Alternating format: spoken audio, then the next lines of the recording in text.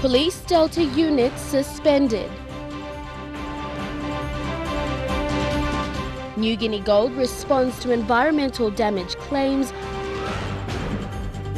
and the mastermind behind the Paris attack unveiled. This is National EMTV News with Lorraine Genia. Good evening and thank you for joining me for Tuesday's news. All police operations for the police dog unit have been suspended for an indefinite period since last Saturday. It was a decision made by the police hierarchy after a domestic violence case escalated into a fistfight between members of the dog unit and the training college. Vasinata Yama has been following this story. This morning, when EMTV visited the Bomana dog unit, gates were closed, offices closed, all vehicles grounded, and no one turned up for work. It all started from a domestic violence case between a police officer who is a member of the dog unit and his wife, who is also a police officer attached to the Bomana Training College. The two units got involved when the new recruits intervened to prevent the husband from beating the wife, and in the process, the husband was wounded and taken to the hospital. This angered the dog unit, forcing them to retaliate. Last Friday, there was another confrontation that led to the assault of two police officers and the destruction of police equipment at the guard house. This prompted the top management to suspend the dog unit. Following the suspension, 10 members from dog unit who reside in the college moved into dog unit and are now residing in this classroom. Despite being suspended and not allowed to enter the work premises, they came this afternoon to feed, groom and exercise the police dogs to make sure they are in good condition. Vasinata Yama, National EMTV News. Over 200 new police recruits have begun their path towards starting a police career at the Bomana Police College. Under the Police Modernization Program, these recruits are part of the government's aim to increase police manpower from the current 6,000 to 1 million by 2017. This is the second batch of 2015's new recruits who will graduate into the force in May next year. Police Commissioner Gary Barkey was the keynote speaker at the start of the training this morning. Morning, everyone. He emphasized the need for the new recruits to remain disciplined after graduating from Bomana Training College and when taking up effective roles in the constabulary. Don't hide behind the uniform. That's where a lot of our policemen get themselves, the tendency as it is. So people keep asking, what kind of training do we give to our recruits at Bomana? When they come out, discipline falls apart. Over the years, the Royal Papua New Guinea Constabulary has come under public scrutiny because of the lack of discipline and the abuse of power by police officers in Papua New Guinea. Following this, the training college has come down hard on new police recruits to uphold disciplined principles through their career as disciplinary officers. It is out there that your officers and your NCOs have not given the kind of attention that is given to you here. Since 2014, the Australian Federal Police, under the PNG Australia Policing Partnership Program, have invested in practical training of recruits to prepare them for police duties. Tekla Gunga, National EMTV News. After 3 years of controversy and debate, there are now significant steps happening in the development of Angao. The tender for the Lay School of Nursing upgrade opened today, and with the construction work expected to begin on site in 2016. The Australian government has committed 24 million kina for the upgrade. Also this Friday, the Lands Department will be awarding the Certificate of Occupancy to Angao for a portion of land at the old Lay Airport. This now means work on expanding the hospital can progress as planned. The old airport land was the source of much debate previously when various parties claimed ownership. And ministers from the 21 Asia-Pacific Economic Cooperation, otherwise known as APEC, member economies are convening in Manila, Philippines for the 2015 APEC Economic Leaders Week. The week will end with the APEC Economic Leaders meeting, which is important for advancing the policy agenda that will be chaired by Papua New Guinea in 3 years' time. Prime Minister Peter O'Neill left for the Philippines yesterday to attend the meeting. The government's Kumul executive aircraft touched down in the Philippines' capital of Manila yesterday with Prime Minister Peter O'Neill on board. He was welcomed by officials from both PNG and the Philippines. During the APEC Leaders Week, the Prime Minister is expected to hold bilateral meetings with his counterparts from other countries to discuss matters of mutual concern. Under the theme Building Inclusive Economies, Building a Better World, participants from the 21 APEC member economies will take new joint actions to boost trade and growth in the Pacific Rim while ensuring that the benefits are widely felt. Priority areas of focus include enhancing regional economic integration, fostering micro, small, and medium enterprise participation in regional and global markets, investing in human capital development, and building sustainable and resilient communities. The 2015 APEC Economic Leaders Week is hosted by the Philippines and chaired by President Benigno Aquino III. Deli Waigeno, National EMTV News. Outside the APEC ministerial meeting in Manila, Philippines, PNG's Foreign Affairs and Immigration Minister Rimbik Pato met with Singapore's Senior Minister for State, Dr. Mohamed Maliki Ossaman. Minister Pato said PNG can learn from Singapore's experience in managing water resources and sanitation and in caring for the aged and physically challenged. So far, in regards to training, the Singapore Technical Cooperation Program has benefited many Papua New Guineans. On international cooperation, Minister Maliki acknowledged PNG's support in their membership to the International Maritime Organization and International Civil Aviation Organization, saying these were important international arrangements to enable connectivity through transportation. Both ministers encouraged high-level exchanges to further deepen economic cooperation, and Singapore was encouraged to tap into the marketing and financing of the PNG LNG project. You're watching National EMTV News. Coming up next, the mastermind of the Paris attack unveiled and more local news headlines. Don't go away.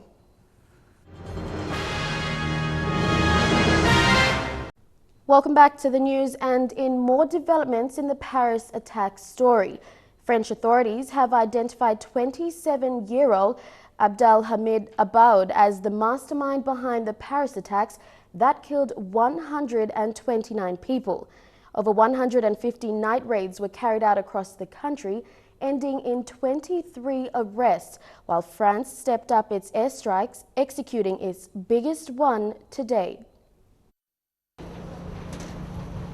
Among the suspects are the Abdeslam brothers, one of whom blew himself up during the attacks, carried out at 6 locations, including a major stadium, restaurants, and a sold-out concert.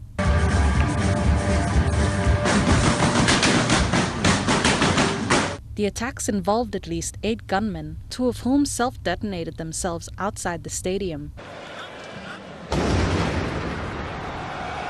Those exiting the stadium in fear and confusion sang their national anthem for courage.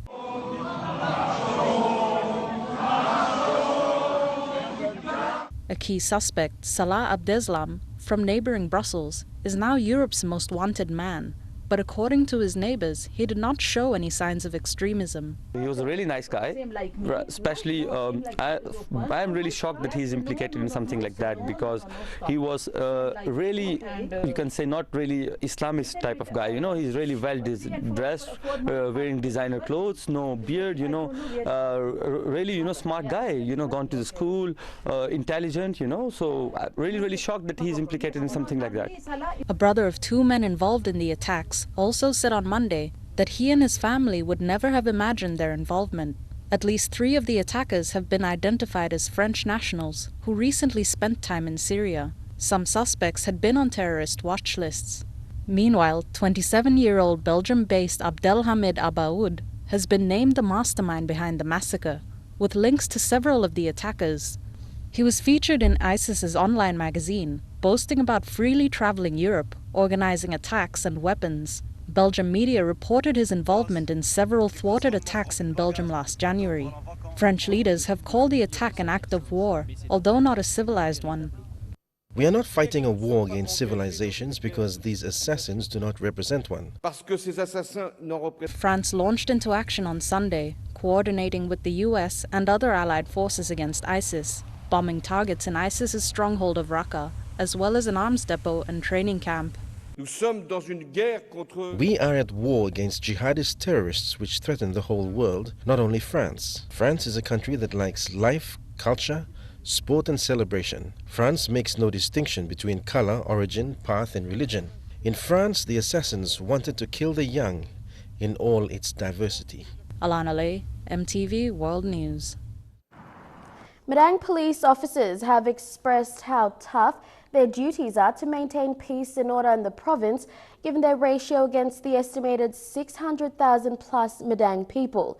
Apart from the limited logistics and their chronic housing problems, the offices they are operating from are also said to be from the colonial era. The Madang MP has vowed to provide support, while the new PPC was urged to prioritise and push for police housing at last week's official provincial police commander's takeover ceremony. There's a hole up there. They are living in their offices, and their offices, the central locations where the public meets them, are also run down. All tables and chairs. They're nothing compared to any other office, government office that you walk in and you will see a good chair, good cabinet, filing cabinet, a computer, desktop. All these things we are doing it manually. Like you look at this bail registry book, we are just writing it down, which is not safe. Fire can kill them, can fire anytime, and we will lose all the receipts. The province now has a new provincial police commander, Chief Inspector Joseph Singua, as well as a new police station commander who have taken office. At the takeover ceremony, a good number of public gathered around to listen to what will be said regarding the law and order situation. This law outlined by the announcing trip number by helping the public, lowering anytime or texting anytime by the booking heavy. Duban also, in his speech to support the new PPC and PSC, says that criticisms from the public is vital to improve policing. Outgoing PPC, outgoing PSC, all establish limelight and public criticism, but I'm very glad I'm so accommodation. Accountable. Moreover, in his speech to boost policing in an attempt to curb crime rate, the Madang MP mentioned that rebuilding the police stations is part of his plan. Give some money, rebuilding Madang police station, so that by the station and again, I'll be told publicly. Straight after was the outgoing PPC, Sylvester Callout, who expressed how the 2 years in Madang has been for him.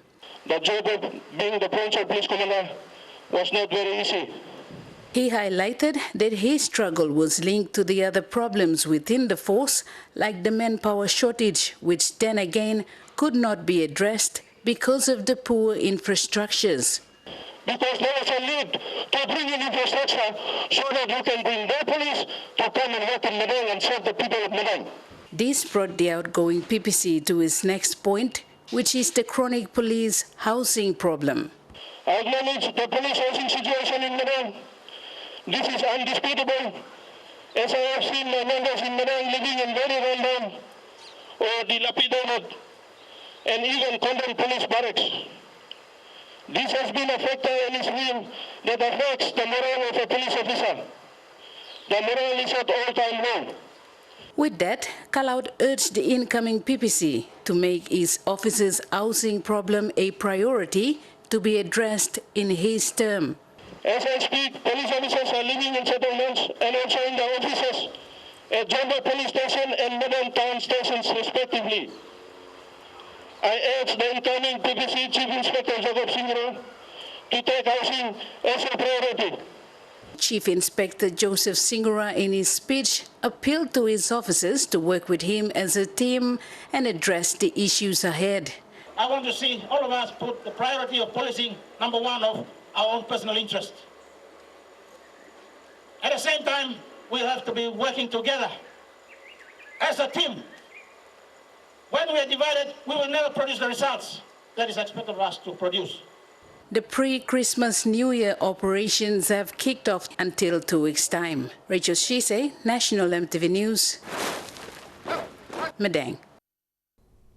Lay's Metropolitan Superintendent Anthony Wagambi Jr. says police are helping in the boundary settlement search for 19-year-old Elton Agabigo, who went missing on Wednesday. The family and boundary settlement community have made a public call for Lay police and authorities to help them find Elton. The family fears he might have been kidnapped or killed. The circumstances surrounding his disappearance are suspicious.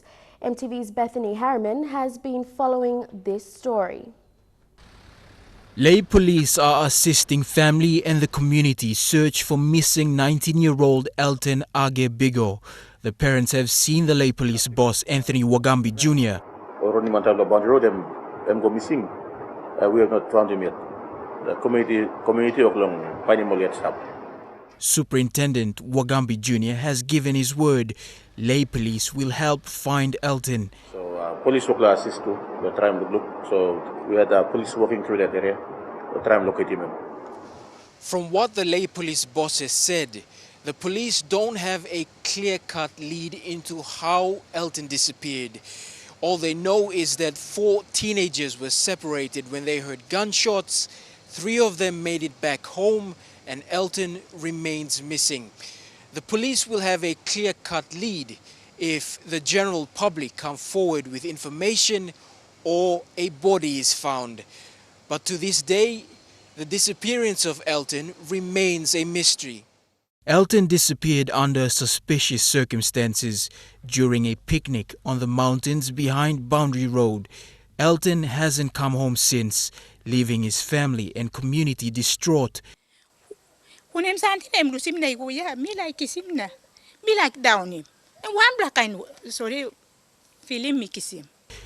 family say Elton may have been kidnapped or killed.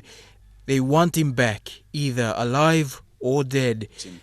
Baratablo mi ona emstabo sem body blame just ko kimna milesh lo body blame bagara to place on raplaman body blame loose steen in no good place so mi like em stop safely mix go back in the place to me.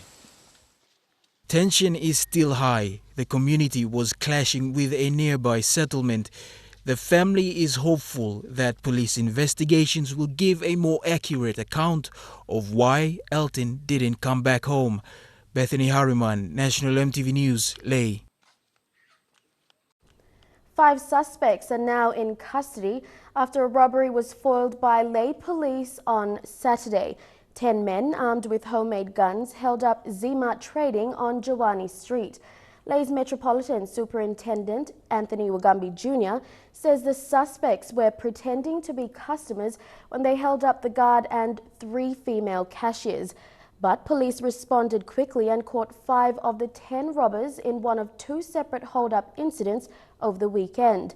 On Sunday, a fast food outlet at the Main Wharf area was also held up. Police were alerted, but the suspects escaped by boat.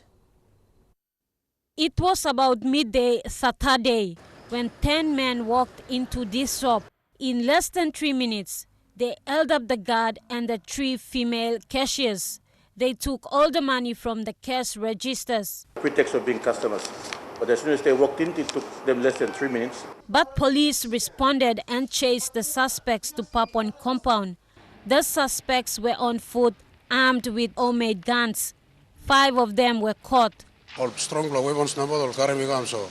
I'm out walking one last and stop him all 5 other members of the gang escaped, but police say they know their identities. On Sunday, another hold-up and unknown number of Armed men stole 800 kina cash and flex cards. Police were alerted and gave chase, but the suspects escaped on a boat. This is the second time criminals have used boats to evade police. They made the getaway by boat, and police were alerted, and we gave chase on sea.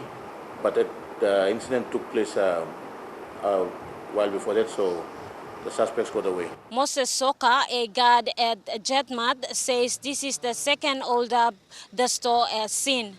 Jetmad Trading is in a location far away from the nearest police station. Mata Lewis, National EMTV News, Ley. Niugini Gold Corporation, operator of the Sinivit mine in East Dubidan Province, has responded to claims that it is to blame for environmental damages to the local environment as a result of mining activities. This issue of Sinivit mine had been raised in Parliament, with Environment and Conservation Minister John Pundari saying the company would be banned from the country. Niugini Gold Board Chairman Ses Yawago spoke exclusively to EMTV, outlining the circumstances surrounding its Sinivit mine operations. According to Yawago, a national court order had prevented the company from conducting any activities, which unfortunately has ultimately led to the mine site being vandalized, which in turn have led to environmental damage concerns. During the November Parliament sitting, newly elected member for Pomio, Elias Kapavore, raised concerns on environmental impacts that the Sinivit mine had on nearby communities. His concerns were on the back of recent incidents where the mine's property was sabotaged, which had caused anxiety amongst locals. Mr. Speaker, I have recently visited the abandoned site after receiving a complaint from the landowners. And the current environment is described as the environmental dilemma and a disaster, as all storage containers were vandalized and canvases used in the gold extraction process have ended up in the surrounding villages. The situation, Mr. Deputy Speaker, is, I believe, needed urgent intervention by the government. Environment and Conservation Minister John Pundari, in responding, pledged to take action against the operators of the mine. Minister Pundari said he would ensure that the company would be blacklisted from carrying out any future mining in the country. Mr. Speaker, as I said, I am aware of the situation at the Wild Dog mine, where the developer, Niugini Gold Limited, abruptly closed the mine without proper consultation. The developer, Mr. Deputy Speaker, failed its corporate social responsibility. I want this company and its board members to be, if possible, blacklisted in Papua New Guinea, so that they will not conduct any more mining business in this country. Such companies which do not have a strong mining background and a strong and proven corporate track record in responsible mining practices. This sort of companies, Mr. Deputy Speaker, should not and should never have been allowed to operate in this country. However, according to Niugini Gold Corporation, the company cannot do much as it has been forced to suspend its operations following a national court decision in 2012. The court had found that there had been errors in the process in granting an extension to the term of the mining lease for Sinivit. That's a very tough situation when your mining lease has been taken away without no fault of our own. The court found the MRA and the government was at fault in the process they followed to renew the mining lease. Everything else that's happened from that decision is that it's had an impact on us. When you don't have a proper title to a mining lease, you are not able to secure financing. We've had about 5 or 6 different investors who tried to bring in to help with funding of this project. They've all left because the issue of title. When you don't have security of title, no one is going to come and partner with you when you don't have that. Yawago says the company is ready to defend its reputation and is prepared to take legal action against the state if the matter of Sinivit mine lease is not addressed. The situation as it stands now will be, the matter is with our lawyers, and we're going to litigate because we have lost money. It's a very dangerous precedent. It's never happened before. It's the first time it's happening. And we don't wish to go down that path. unless the government comes to hand and we work out something here, because otherwise it's going to get nasty. And in the current environment where it's hard to raise money and everything else, an issue of this nature will impact on other projects in the country that are going to access funding in Canada and North America. Meribatulo, National EMTV News. Now looking at our finance news. The Kina closed unchanged at $0.3395 in the interbank market. At Bank South Pacific, your Kina was buying $0.3320, $0.4648 Australian dollars, $0.3073 euro, and 40.59 Japanese yen. Looking at commodity prices at New York close, gold, coffee, cocoa and copper closed the day higher, while palm oil, crude oil and copper closed the day lower. And on the stock market, the Dow Jones closed at 238 points higher, the ASX closed at 70 points higher, the All Ordinaries closed at 73 points higher. Your National EMTV News, Parliament Health Committee says cancer trial in West New Britain failed. That story and more when we come back. Stay tuned.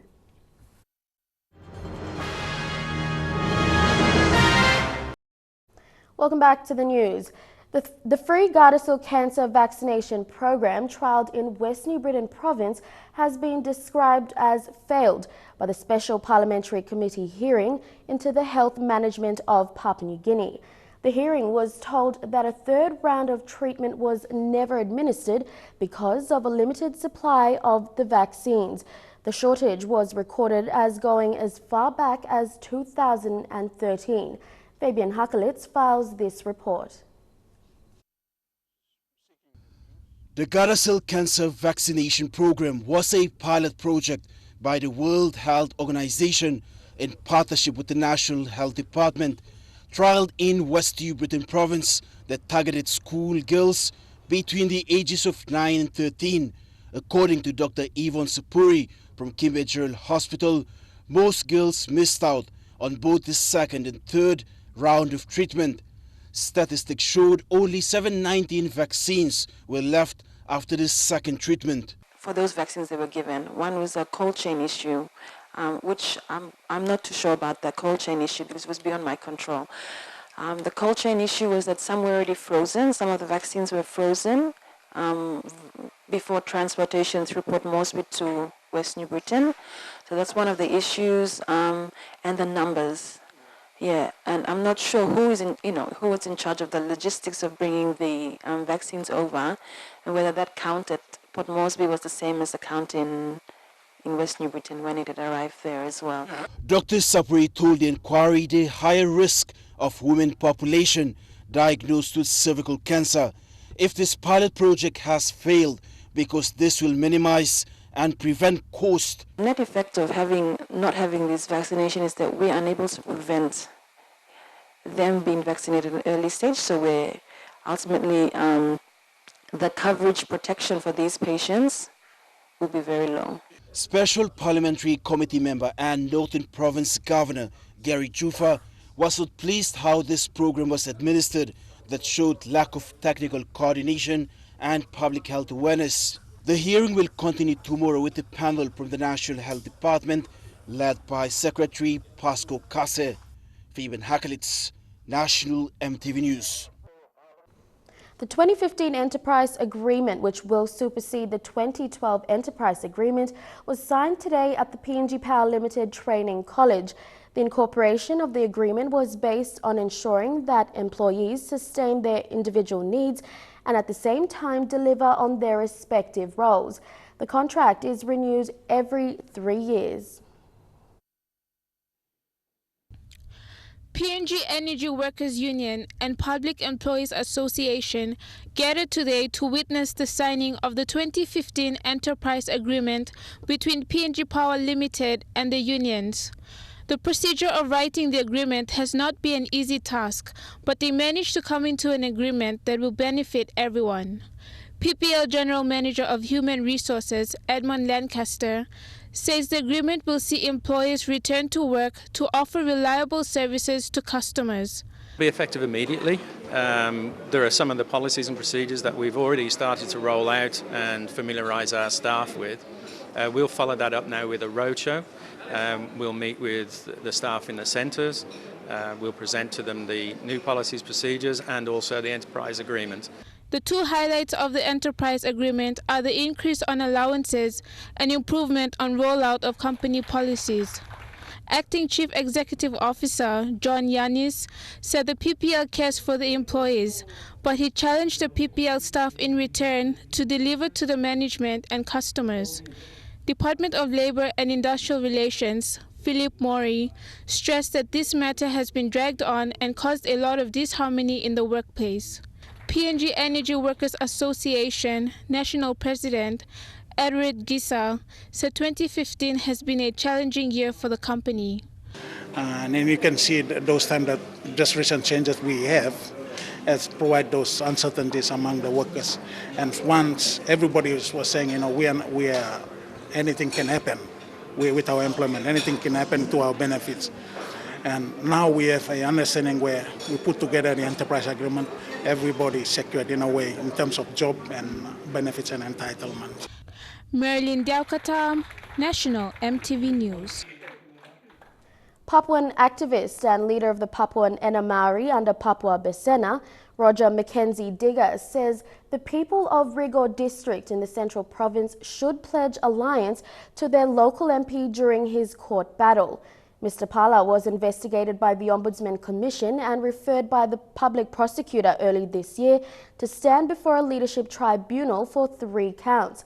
They were perverting the course of justice, attempting to pervert the course of justice, and misapplication in office when he was the Minister for Justice and Attorney General last year. Mr. Digger brushed aside critics made against their local MP and urged Rigor people to work together, ending all their political differences and bringing tangible services into their district. I don't want him to be locked up and go behind bars. Many people are so happy with it. We are not happy. We also, Rigos, must stand up and protect him also. He's our member of the day. He's also respected and is mandated by the people. Mel research and marketing consultants have expanded their boundaries, taking on the challenge to publish and launch the maiden issue of the Mel Review magazine. MRMC founder and managing director Michael Mel said his magazine is dedicated to promoting only positive, progressive and productive development in Papua New Guinea. Mr. Mel claims he is possibly the first and only public opinion pollster in PNG. If you ask him why he thinks so, he will tell you of his successful predictions of the 2012 national election outcomes. His next big project is a magazine he claims provides independent reviews by prominent figures in society, highlighting social, political, and economical developments that are significant to PNG's progress. So the main review is committed to promoting Papua New Guinea agenda, positive Papua New Guinea agenda in the business, in the government sectors, in the private sector, in all the sectors. National Minister for Communication Jimmy Miringtoro officiated the launching, saying Mel's initiative helped close the information dissemination gap.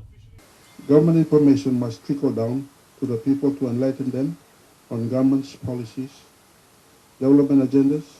Guest speaker and managing director of National Development Bank, Moses Liu, said it was high time we stopped relying on outside pollsters telling us the state of our country's affairs and support our own countrymen. It's not leave it to commentators from Australia or the World Bank or whatever to come and tell what Papua New Guinea is doing right. Melissa Goviro, National EMTV News.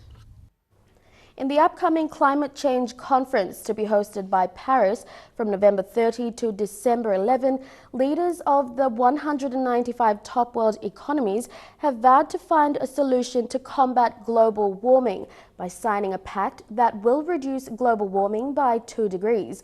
Following the host country's worst ever terrorist attack, a series of events linked to the climate conference in Paris will be cancelled over a security concern, and that none of the countries suggest to delay the meeting despite the attacks. Over 100 world leaders are expected to open the COP21 negotiations on Monday, the 30th of November, followed by the 40,000 delegates expected per day at the conference. Foreign Minister for Paris, Laurent Fabius, assures heightened security. You're watching National EMTV News. Stay tuned. Up next, we'll be bringing you Trukai Sports.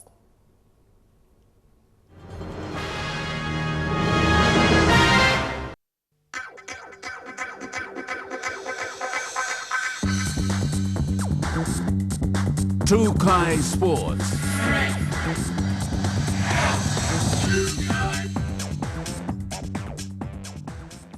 Welcome to Trukai Sports. Now, the PNG Pukpuks have returned from Auckland with 4 casualties. Emmanuel Geis and Billy Toria, who returned to the national team after a year's suspension, will be sidelined due to injuries sustained over the weekend, as well as PNG speed star Arthur Archie Clement. Now, the team also lost Wesley Varley for the tournament due to a suspension called by the judiciary. Jaylee Sapias caught up with the Pukpuks upon their return. Although falling short of a Rio Olympic appearance, the PNG Pukpuks secured a spot in the HSBC Hong Kong Sevens in the World Sevens Series circuit. Themselves through Bati Rongokia from Wanderers Club at Newcastle with the try.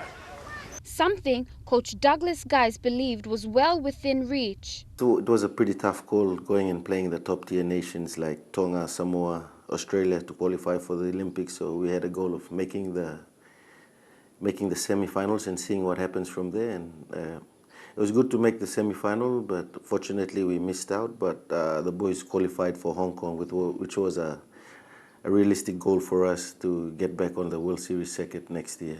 Senior Pukpuk Butler Morris also relaying the same message, saying he was impressed with the team's effort over the 2-day tournament. The guys are raw talents. You have some of the new boys, Robin Loma, Paul Nelson, and also Desmond Kopok in the team. Yeah, they play very well against most of the teams, but we did well, but we fell short on the way against strong side like Australia and Samoa. But the boys did well. Morris, however, believes their participation in international tournaments has highlighted the lack in size and strength. You know, like especially the size build, we need to put much more muscle. You know, the teams like Australia and Samoa, most of the guys are like muscular and have the size, not like us, PNG. Like. Still on areas of improvement, Guys has said the team will also need to address the strength and conditioning element of training, having returned with 4 injuries. To really restructure our programs and really look at the SNC and the supplement side of things, yeah, because every other team around on the series or in the world have really pushed hard in the SNC, and I think we need to start looking at that. Despite the injuries sustained over the weekend, Coach Douglas Guys remains confident on the team's road to Hong Kong. Jaylee Sapias, National EMTV Sports. The PNG Palais have for far too long been idle on the international arena. While finishing 4th at the recent 2015 Oceania Sevens Championships, much improvement must be made to see the national women's team progress at an international level. Judah Memafu reports. The PNG Palais finished 4th at the recent Oceania Olympic qualifiers in Auckland, New Zealand, but the question is that enough? Although much has been said about their male counterparts, the Pukpuks in the media recently, while failing to qualify for the 2016 Rio Olympics, their subsequent qualification for next year's Hong Kong Sevens seems to shed spotlight on the fact that the Palais are yet to live up to the expectation at an international scene of what they should be capable of achieving. It showed very evidently at the 2015 Oceania Sevens Championships that there is room for much needed improvement. Nice swerve from Rusila Nangasao. The need for discipline and team cohesion ball handling and general fitness has been the Palai's biggest weakness. Wrong options. You look him suppose only face blame. Yet in spite of these bleak facts, there were standout performances during the two-day games, and none other than team skipper Debbie Kaure leading the front charge. The PNG Palais have been achieving the same results for far too long. In order to see progress at an international level, changes must be made to the core of the team. Now this puts PNG RFU in a position to establish player pathways and development programs for women's rugby in Papua New Guinea. Judah Memafu, National EMTV Sports. New Chief Executive Officer for PNG Rugby Football League, Bob Cutmore, announced that preparations for the 2016 Intra-Super Cup season is being finalised as the SB Hunters prepare for pre-season training next week. Cutmore said Coach Michael Marum, with the help of his coaching staff, had done a wonderful job in the 2015 season, and only slight changes would be made to a playing roster that had raised the standards of rugby league. The SB Hunters, compared to the other 11 teams in the competition, had travelled much longer distances throughout the season. A challenge the boys had to overcome. It's a lot harder to go in and out of customs and in and out of international airports. So the boys got used to it, but it does get to you at the end of the year, and especially with the tougher games we played at the end of the year against the Blackhawks and Easts and Wynnum and those tougher sides. It did get to us in the end. Cutmore said the SB Hunters deserve far more credit than what they received for their performance in 2015. He declined to give details on whether the Hunters would be losing any of their 2015 squad, but saying that information would be released once all necessary arrangements were finalized. In recent weeks, however, the Hunters had come under public scrutiny because of the amount of financial help they received, with many claiming somebody had paid too much for them that did not correlate to a failure to reach the finals. However, Cutmore stressed that while the SB Hunters had captivated imagination and lifted PNG Rugby League's profile on the international front, the game at the domestic level would get improved attention. There will be one player announced next week that has gone to another club. There are a number of players who are in negotiations with a couple of NRL clubs as well. And that's what we're here for. We're not here just to make sure that they stay a Hunter. If they get the opportunity to play overseas or they get an opportunity to play for another club, by all means we welcome that, which means when a player leaves us, there's an opportunity for someone else to come and become a Hunter. Meanwhile, Coach Marum is set to announce his 2016 squad this week before they which then assemble in Port Moresby for the November 24th pre-season start.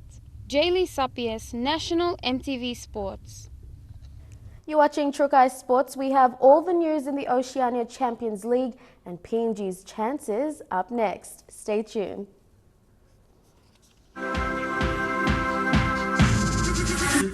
Trukai Sports. Welcome back to Trukai Sports and to football now. The Oceania Football Confederation's premier international clubs now know their opponents following the release of the 2016 OFC Champions League draws out of Auckland, New Zealand. The 2016 OFC Champions League will see 12 qualifying teams participating in the 14-day tournament that will see the winner crowned regional club champion. Shane Soroya with this report. The OFC Champions League is the Confederation's premier international club competition and brings together 12 of the top teams from around the Pacific to compete for the crown of regional club champion. The 2016 tournament will be the 14th edition of this prestigious event, which offers a much-anticipated prize, qualification to the FIFA Club World Cup. The defending champions, Auckland City FC, will be chasing their 8th regional title come April, in a competition that has largely been dominated by themselves and Waitakere United. Papua New Guinea club Hekara United became the first club outside of New Zealand or Australia to claim the prize with their 2010 victory, while Sydney FC, Wollongong Wolves and South Melbourne also have their place in the history books. For the third year straight, Vanuatu's domestic champion Amikale FC will face off with the competition's defending champions Auckland City FC in the group stages of the competition. Joining the two sides in Group A will be PNG's Lay City Dwellers a side making their regional debut. Group B will feature the 2016 OFC Champions League's second host and 2015 runners-up Team Wellington. They will line up alongside Hekari United, Suva FA and AS Losi. The final group consists of Fiji club champions Nadi FC and AS Magenta of New Caledonia, both sides making a return after sitting out the previous edition, as well as AS Stefana and OFC Champions League preliminary winner. The 2016 OFC Champions League will be held in Auckland and Wellington in New Zealand from the 9th to the 28th of April 2016. Shane Saroya, National MTV Sports. Still on football, for the first time in its history, Papua New Guinea will now have two sides in the Oceania Champions League, with the announcements of both NSL Grand Final winners Ley City Dwellers and minor premiers Hekari United. Hekari have been in the region's biggest competition for 10 years, while Ley City will be making their debut. Ley City created their own brand of history by becoming the first club after 10 years to claim the NSL crown, after then defending champions Hekari had been ousted in a tough semi-final encounter against Madang. Ley City's rise becoming all the more fascinating since the club had only been recently formed and debuted in the NSL the same year. Hekari, on the other hand, have risen to the pinnacle of the Oceania Champions League. In 2010, they became the first non-New Zealand side to represent the region at the World Club Championships, although bowing out in the first round. The club, managed by Vonnie Capinato, have been there before, and with a young squad for the new season, have stated previously that this year is going to be another big challenge. So having this now, I just hope that can help these young people to settle. To me, it's very, very good, and they know the challenges ahead of them. But to me, I have a lot of confidence. You discipline, you work hard, then we can get the title again. If we are not disciplined, we are not trained hard, not committed to what we are doing, then it's impossible. Hekari have experience playing abroad to back them, although for a number of years, Capinato and her husband John have been pushing for another team to join them in the big event. That opportunity now set in stone with the advent of Ley City Dwellers. And it is something not lost on coach Peter Gunemba. My instruction to the players is that simple. When our team is in position of the wheel, we are attackers. That's right. Anybody can score. If you play better football with a lot of passings, we don't rely only on the strikers, but you can score from back, you can score from midfield. Anyone can score. That's why you have to create a way for a person in ball position to score goals. Many of Ley City's players will have a brand new experience playing in the Champions League. And while very few clubs have succeeded in winning the competition in their own debut seasons, the club from PNG Second City will be banking on the experience of captain Raymond Gunemba and striker Nigel Dabinyaba. Born Morobena, or me picking in Morobena. Me carrying flag blue Morobena, play osem na cup champion blue country na. Now represent your O League goal, represent PNG O League thanks lo. Ekari usai walk away na me to go inside big plan straight na looking forward straight lo this season where Bambla gonna play low league 2 year. Regardless of the result that both clubs may achieve once the Oceania Champions League commences in 2016, one thing is for certain, and that is that two teams and not one will raise the profile of football in Papua New Guinea, and deservedly so. Jeremy Mogi, National MTV Sports. That's the news and sports. Up next, your weather details for tonight and tomorrow. True Kai Sports.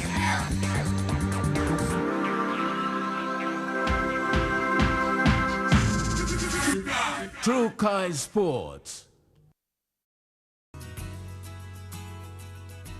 And your weather details for the Highlands region. Mount Hagen is expecting brief showers in the evening, then morning fog.